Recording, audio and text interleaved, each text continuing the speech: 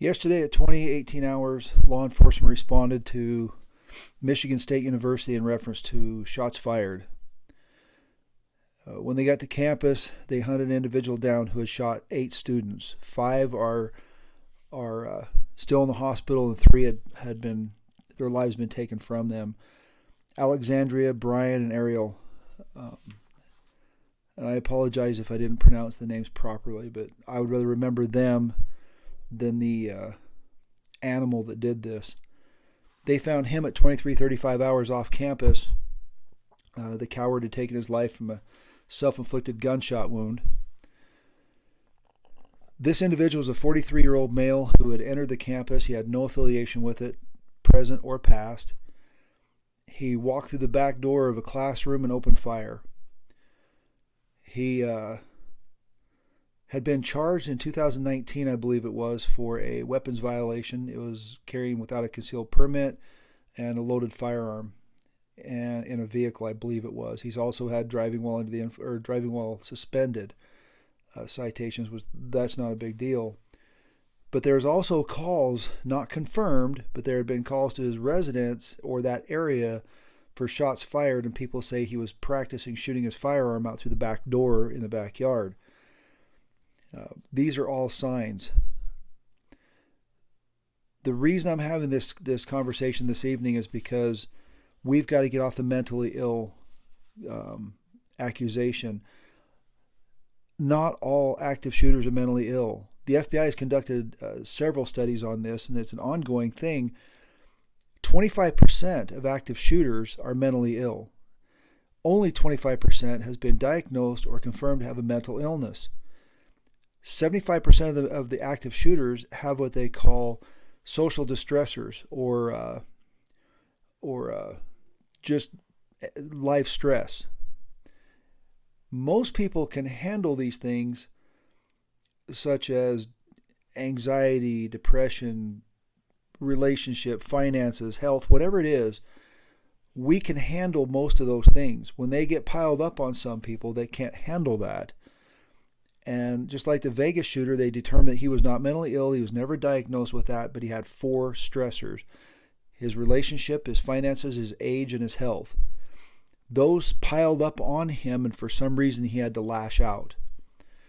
So we've got to get off of the mental illness accusation, because there are a lot of people that have been diagnosed with mental illness, and you're putting a target on them that they could be a possible shooter. And that's not fair to them. These people are trying their hardest to keep their lives in order, and they're working hard, and then they get this added onto it.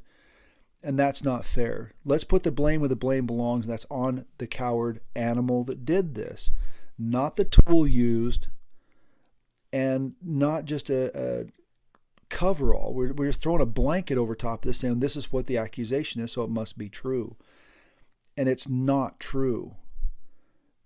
And we've got to really be, the reason why the FBI thinks this is a big mistake for us to is misleading, is because then it puts us on a path to investigate just that, just the mental illness part, where there's other things we could start training our school counselors, parents, anybody who wants to learn this training could learn to look for the signs of what could be happening, that what could set off a possible shooter. If you know the individual, or you know personality, and things change, like they have a consumption of violent media or physical aggression.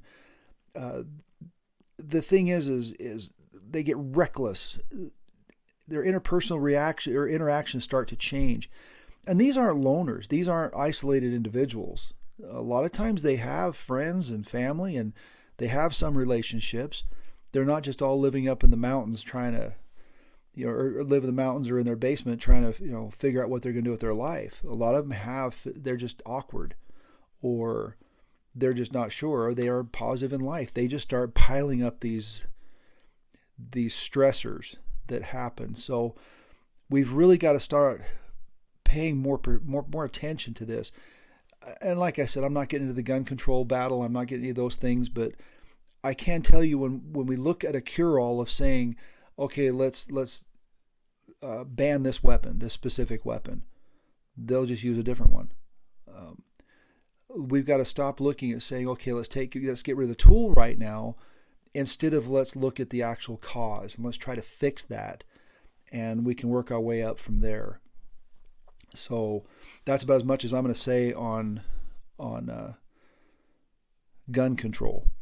So one of the reasons I was asked to talk about this, and I thought about talking about this, is the way to survive a violent encounter.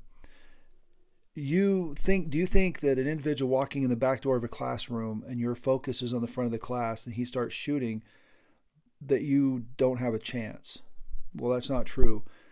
If you think about it, what if an earthquake broke out? What if a fire broke out, an explosion? You're going to automatically go into that. Your OODA loop is going to start. You're going to get the observation, orientation, decision, and action. You're going to look at this and say, something's not right.